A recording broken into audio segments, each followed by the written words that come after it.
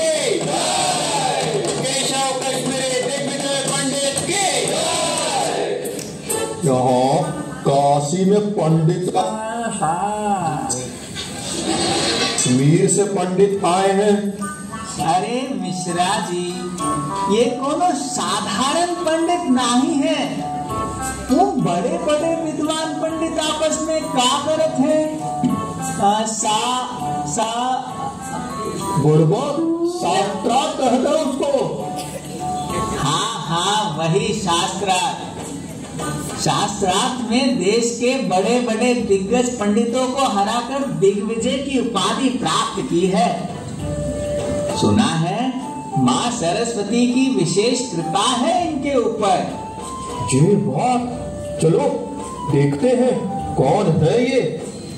गुरुदेव, आपको याद है वो हरियाणा के चौरसिया पंडित, उसने अपनी हार स्वीकार करके इस विजय पत्र पर अपने हस्ताक्षर कर दिए। पर वो गुजरात के चतुर्वेदी पंडित बड़ी आनाकानी कर रहे थे। हार कर भी उसे हस्ताक्षर देने में दिक्कत हो रही थी। अपनी हार स्वीकार करने में कैसी लज्जा। आपकी व्याख्या सुनकर तो उसकी बोलती ही बंद हो गई थी। वो चतुर्वेदी ना, बड़े गर्व से कह रहा था कि मैं तुम्हें शास्त्रार्थ में हराऊंगा। और गुरुदेव, मद्रास के वो एंगर पंडित याद है, शास्त्रार्थ के पहले किसी को बोल रहा था मैं 10 दोष निकालूंगा दिग्विजय की कविता रचना में, देख लेना तुम सब।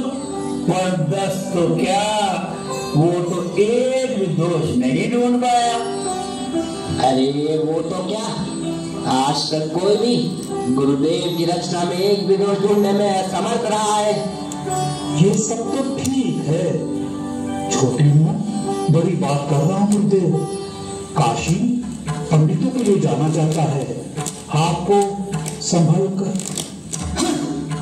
काशी हो या और कोई भी स्थान, मेरे सामने आज तक कोई नहीं टिक पाया है। सुन लो काशी के पंडितों, मैं दिग्विजय पंडित हूँ। पूरे भारतवर्ष में मैंने 500 से भी अधिक पंडितों को शास्त्रार्थ में हराया है। मुझे ये प्रतिष्ठा और ज्ञान ऐसे ही नहीं प्राप्त हुआ है, कड़ी तपस्या की है मैंने।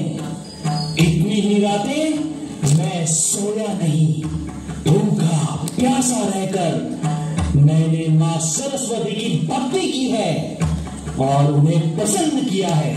चारों वेद मुझे कंठस्थ हैं।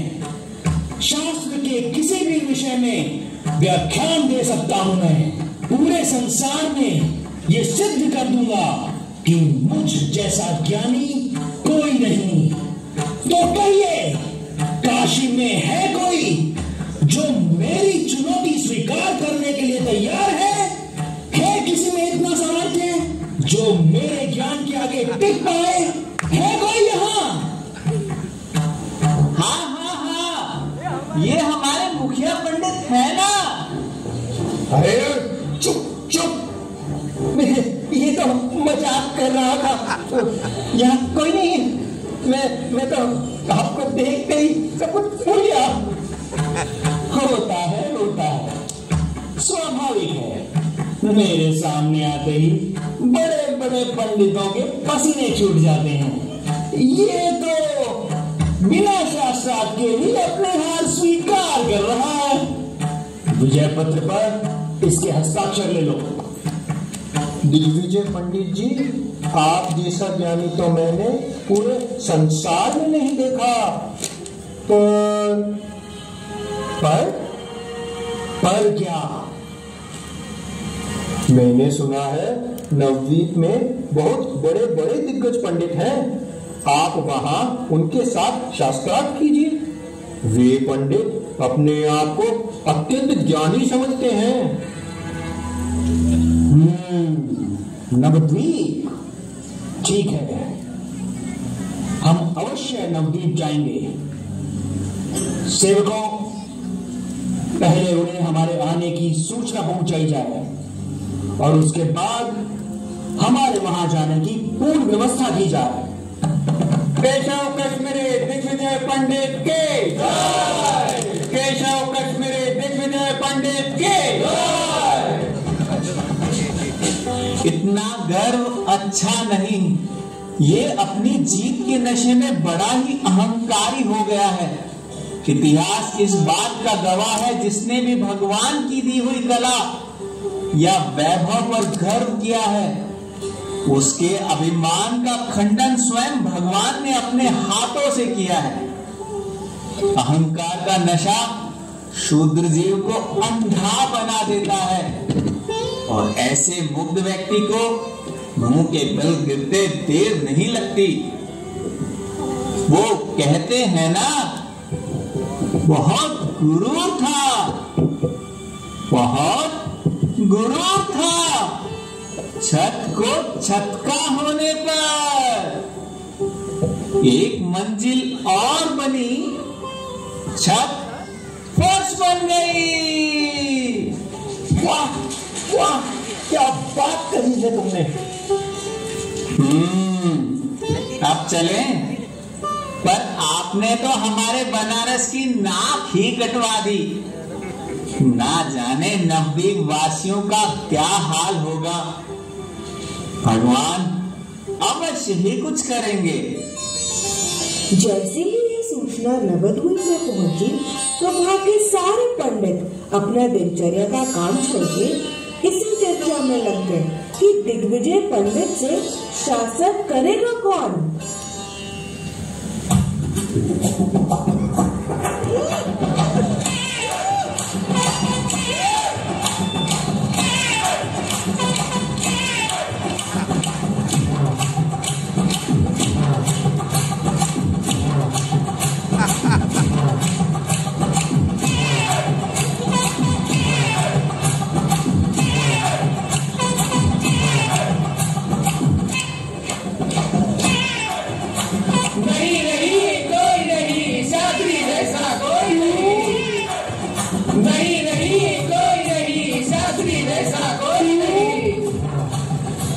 पूरे नवद्वीप में हमारे जैसा कोई पंडित है क्या? नहीं नहीं, कोई नहीं, शास्त्री जैसा कोई नहीं। चारों वेद हमें कंठस्थ है। नहीं नहीं, कोई नहीं, शास्त्री जैसा कोई नहीं। लो, शुरू हो गए ये फिर से। शास्त्री जी और मेरे जैसा कोई नहीं, कोई नहीं। अरे अरे सुनो, ये पत्र आया है। किसका पत्र है ये? विद्वान पंडित केशव कश्मीरी का पत्र है। पढ़ो जरा, देखे क्या लिखा है। प्रिय नादियावासियों, मैं वेद शास्त्रों में निपुण तथा दिग्विजय होने पर संपूर्ण भारतवर्ष में चुनौतियां स्वीकार करने के लिए निकला हूँ।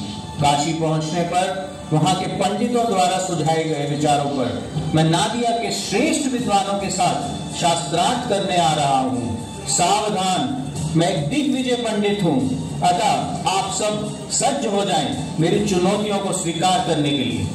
मैंने सुना है सभी शास्त्रों में पारंगत है वो। इतना ही नहीं, सब कहते हैं उनके जीवा पर साक्षात सरस्वती विराजमान है और वाद विवाद में सामने वाले को पानी पीने का भी मौका नहीं देते। कुछ तो सोचना पड़ेगा।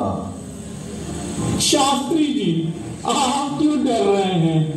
आप ही तो कहते हैं पूरे नवद्वीप में मेरे जैसा विद्वान पंडित कोई नहीं, कोई नहीं।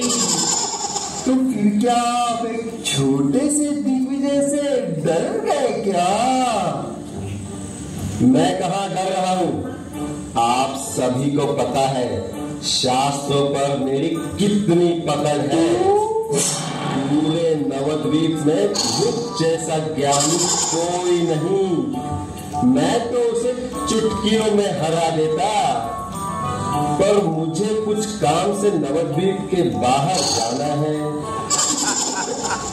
जहाज जब डूबता है ना, तो सबसे पहले चूहे मारते हैं। क्या तुमने मुझे चूहा कहा? नहीं शास्त्री जी, मैं भला आपको चूहा कैसे कह सकता हूँ? मुझे तो बस ये मुहावरा याद आ गया। ठीक है, मैं चलता हूँ, मुझे देर हो रही है। नहीं नहीं, कोई नहीं, शास्त्री जैसा कोई नहीं। नहीं नहीं, कोई नहीं, शास्त्री जैसा कोई नहीं। चलो, चूहे तो भाग गए। अब इस समस्या का निवारण ढूंढते हैं। हमारे नवदीप के सम्मान का प्रश्न है। अगर हम हार गए तो हमारी नाक कट जाएगी। कुछ भी हो जाए, हम अपने नवदीप की नाक नहीं कटने देंगे। शांत बंदोपाध्याय, हम इस समस्या का निवारण ढूंढ रहे हैं ना। एक काम करते हैं, हम सब बीमार हो जाते हैं। एक साथ सब बीमार? मूर्खों जैसी बातें मत करो। निमाय पंडित, वो तो छोटा बालक है। अरे लेकिन शास्त्रों में तो पारंगत है। वो कर पाएगा कि ये सब? छोटा बालक है वो। अरे क्यों नहीं कर पाएगा? उसने हम सभी पंडित के सामने तो छोटा है वो, क्या करने दो। पता नहीं वो कर पाएगा नहीं कर पाएगा। पंडित एक बार कोशिश करेगा, हरा देगा। छोटा बालक कैसे कर सकता है? जो इच्छा है करो भाई। वो दिग्विजय पंडित के सामने जा रहा है। हाँ जाने दो, मैं बता दूं, जाने दो। वैसे तो सिर्फ 16 वर्ष का है हमारा निमाई, लेकिन उसने हम सबको शास्त्रार्थ में पराजित किया है। शास्त्रों में पारंगत है वो।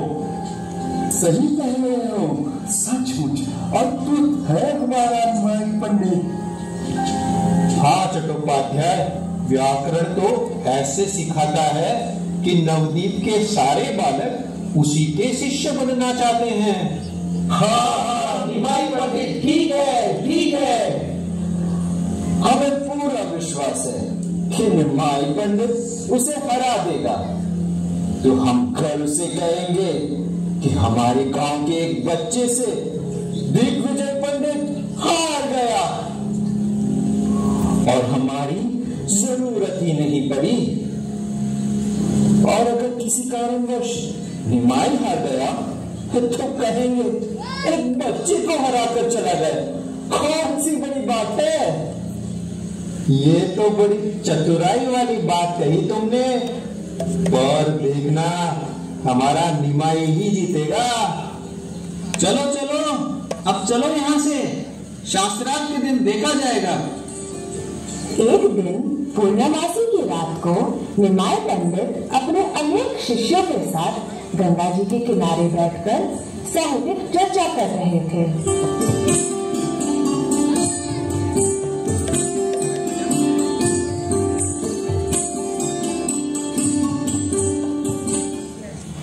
जिस तरह व्याकरण के बिना भाषा अपूर्ण होती है, उसका कोई अर्थ नहीं होता, उसी तरह मनुष्य जीवन भगवान श्री कृष्ण की भक्ति के बिना अपूर्ण है, व्यर्थ है। गुरुजी, एक बड़े विद्वान दिग्विजय पंडित अपने अनेक अनुयायियों के साथ नवद्वीप में पधारे हैं। वे नवद्वीप के सारे पंडितों को शास्त्रार्थ की चुनौती दे रहे हैं। यद्यपि कोई भी उनसे शास्त्रार्थ नहीं करेगा तो नवद्वीप को उनकी विजय घोषित करते हुए एक विजय पत्र देना होगा। अच्छा, तुम सब जानते हो भगवान इतने कृपालु है। तुम सबने ऐसे वृक्ष को देखा ही होगा जिसमें बहुत सारे फल लगे होते हैं। दिखने में झुका हुआ और अत्यंत नम्र प्रतीत होता है, और जिस वृक्ष पर फल पत्तियां नहीं होते हैं वो किसी काम का नहीं होता, तो उसे सबसे पहले काट दिया जाता है। जो मनुष्य ज्ञान रूपी फलों से भरा होता है वो अत्यंत नम्र स्वभाव का होता है और सभी को आनंद का अनुभव देता है। परंतु जो व्यक्ति उसी ज्ञान के बल पर अपने चेष्टा करता है उससे मुंह के बल गिरना पड़ता है। गुरुदेव की जय, गुरुदेव की जय। केशव कश्मीरी दिग्विजय पंडित के, केशव कश्मीरी दिग्विजय पंडित के। उसी समय दिग्विजय पंडित भी गंगा नदी के तट पर पहुँचे।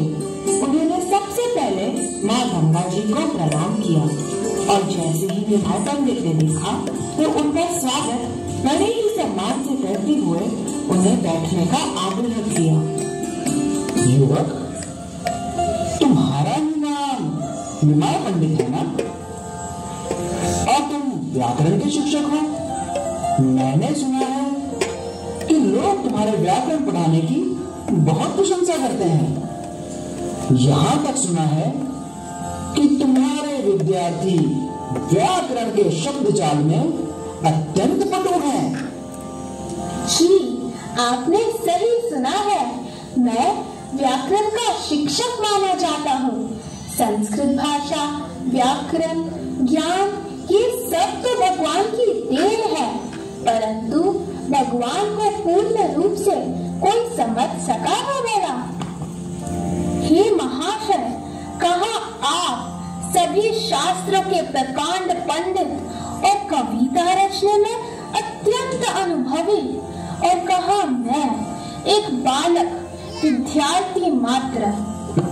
आप इतने महान ज्ञानी हैं, तो क्या मैं आपसे कुछ अनुरोध कर सकता हूँ?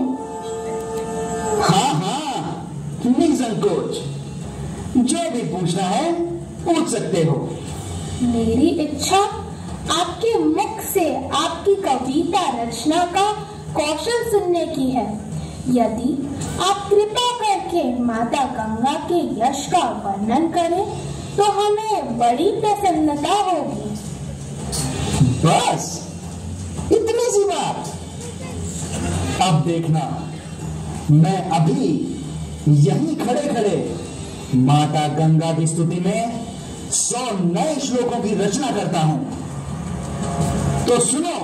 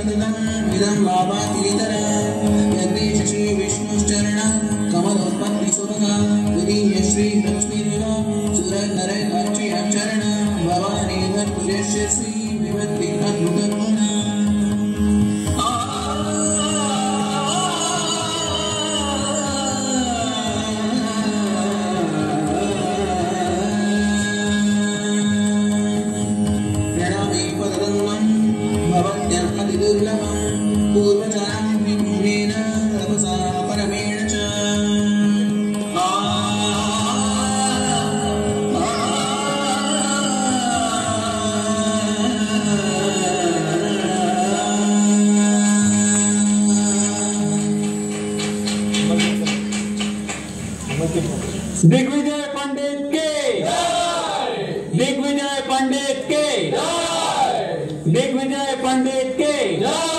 महाशय, सारे संसार में आपके समान दूसरा कोई कवि नहीं है।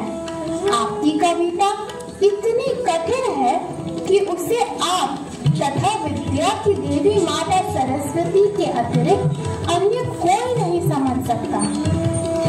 क्या आप एक श्लोक का अर्थ बताने की चेष्टा करेंगे? हाँ हाँ, क्यों नहीं, बताओ, कौन से श्लोक का अर्थ जानना है तुम्हें? महत्वं गंगाया सततम इदम आभाति नितरम यद एषा श्री विष्णु शरणा कमलोत्पत्ति सुभागा द्वितीया श्री लक्ष्मीर्वा सुरनैर आचार्य चरणा भवानी भर्तुर्या शिरसी विभवती अद्भुता गुणा। मैंने तो सारे श्लोक आंधी की गति से सुनाए, तुमने उन श्लोकों में से एक श्लोक को इस तरह कंठस्थ भी कर लिया। इसमें आश्चर्यचकित होने वाली कोई बात नहीं है, ये सब भगवान की ही कृपा है। जिस तरह से कोई महान कवि बन सकता है, उसी तरह अगर भगवान की कृपा हो तो कोई भी श्रुतिधर बन सकता है। जो एक बार सुन ले तो उसे सदैव स्मरण रहता है। सही कह रहे हो तुम। अब इस श्लोक की व्याख्या सुनो। माता गंगा की महानता सदैव चमकती रहने वाली है। वे सर्वाधिक भाग्यशाली हैं, क्योंकि वे भगवान विष्णु के चरण कमलों से निकलती हैं।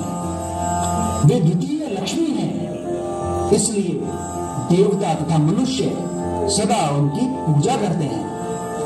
वे सारे अद्भुत गुणों से समन्वित होकर शिव जी के मस्तक पर सुशोभित होती हैं।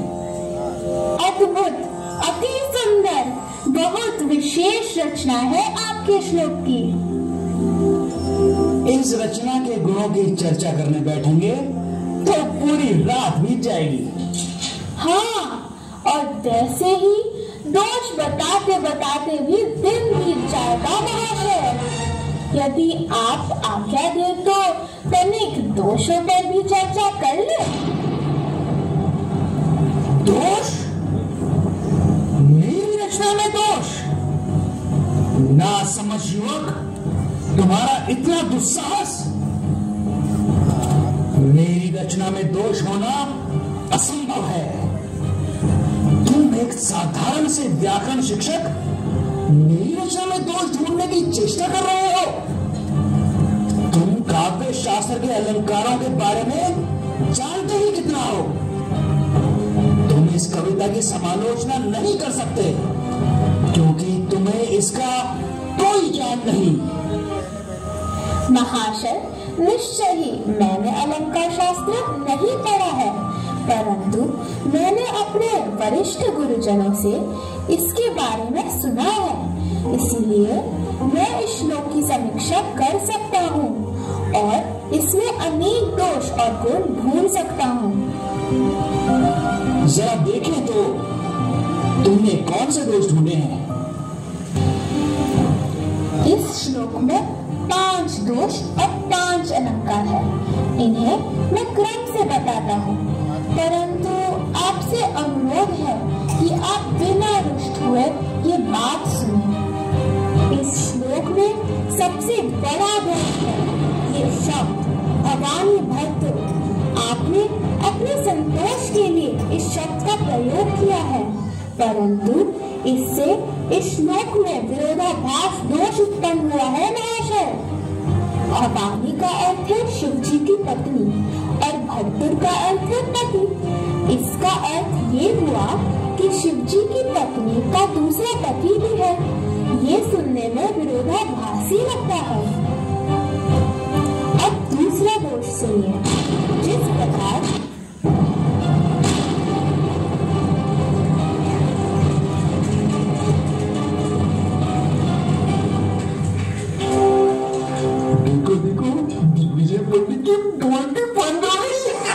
अपने आप को शास्त्र का ज्ञानी समझते थे।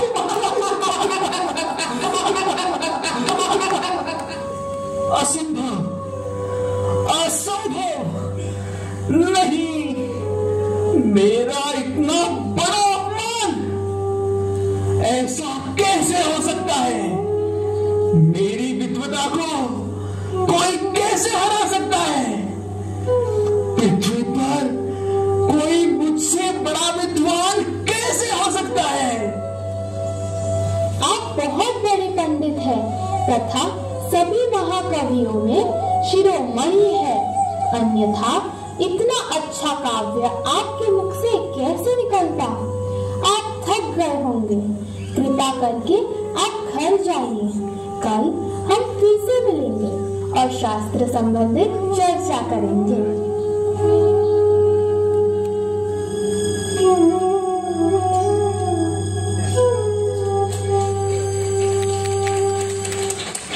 ये बालक साहित्य शास्त्र का विद्यार्थी नहीं, इसे शास्त्र पढ़ने का दीर्घकालीन अनुभव भी नहीं, तो इसने इतनी सारी आलोचनात्मक बातों की व्याख्या कैसे कर डाली? कैसे? मां सरस्वती, ये आपकी कृपा के बिना संभव ही नहीं। आपने मुझे इस साधारण से बालक से क्यों हरा दिया? मुझे इतने बड़े अपमान का सामना क्यों करना पड़ा? क्या आप मुझसे रूठ गई हैं मां? मुझे अपने प्रश्नों के उत्तर दीजिए मां, उत्तर दीजिए। प्रश्नों के उत्तर दीजिए।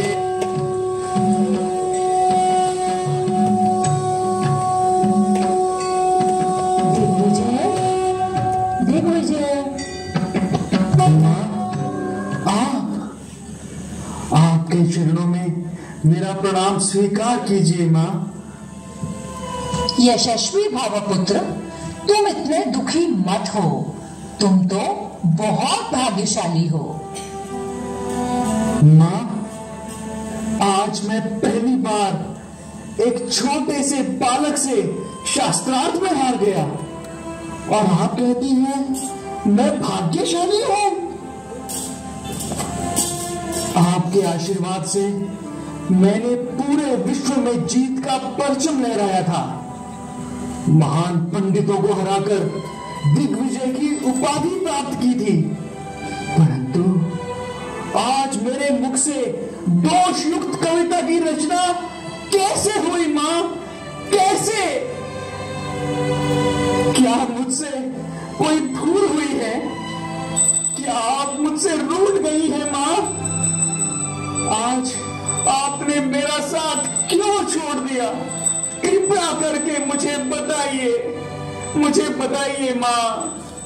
पुत्र, आज मैं तुम्हें एक गोपनीय बात बताने जा रही हूँ। जिस बालक ने तुम्हें आज हराया है वो कोई साधारण बालक नहीं है, वे तो पूर्ण पुरुषोत्तम भगवान श्री कृष्ण हैं, और मैं उनकी दासी होते हुए उनके समक्ष कुछ भी करने का दुस्साहस कैसे कर सकती थी?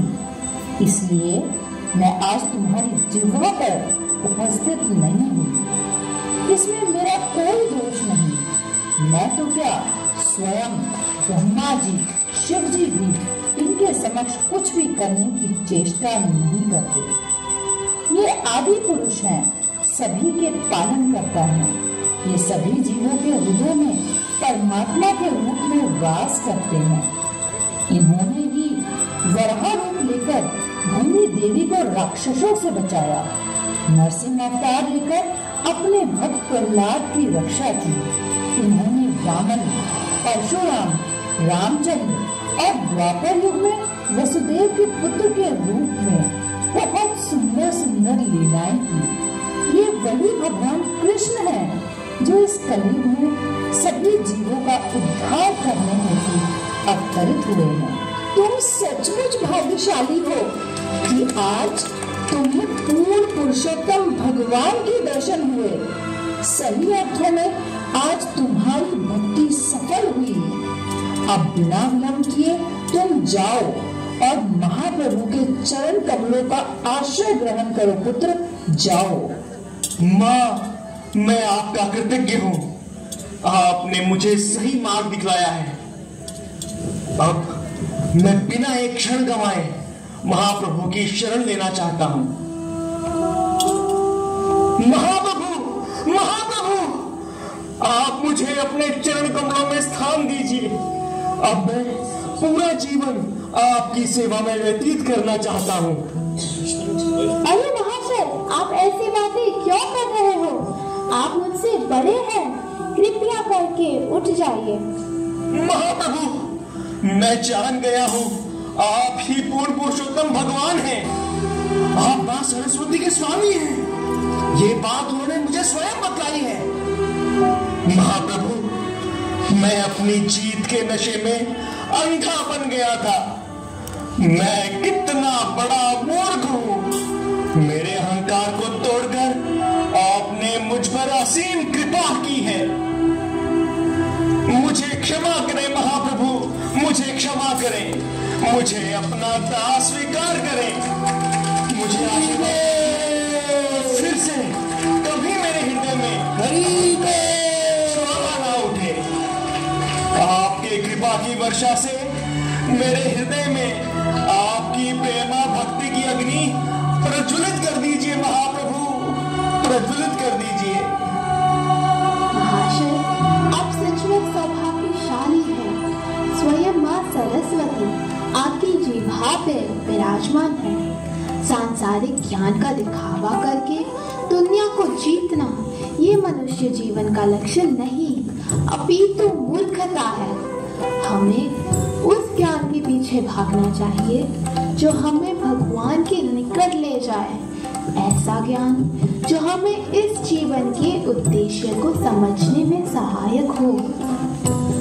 अब तुम अपना शेष जीवन पूर्ण पुरुषोत्तम भगवान श्री कृष्ण की भक्ति में सेवा में लगा दो और निरंतर उनके नामों का जप करो।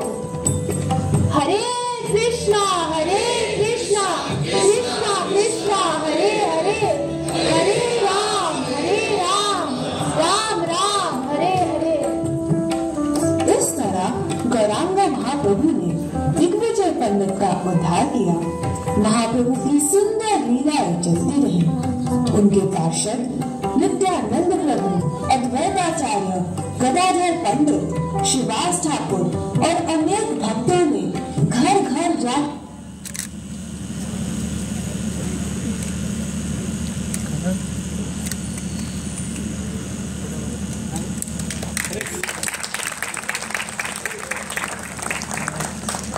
अनम्यूट है।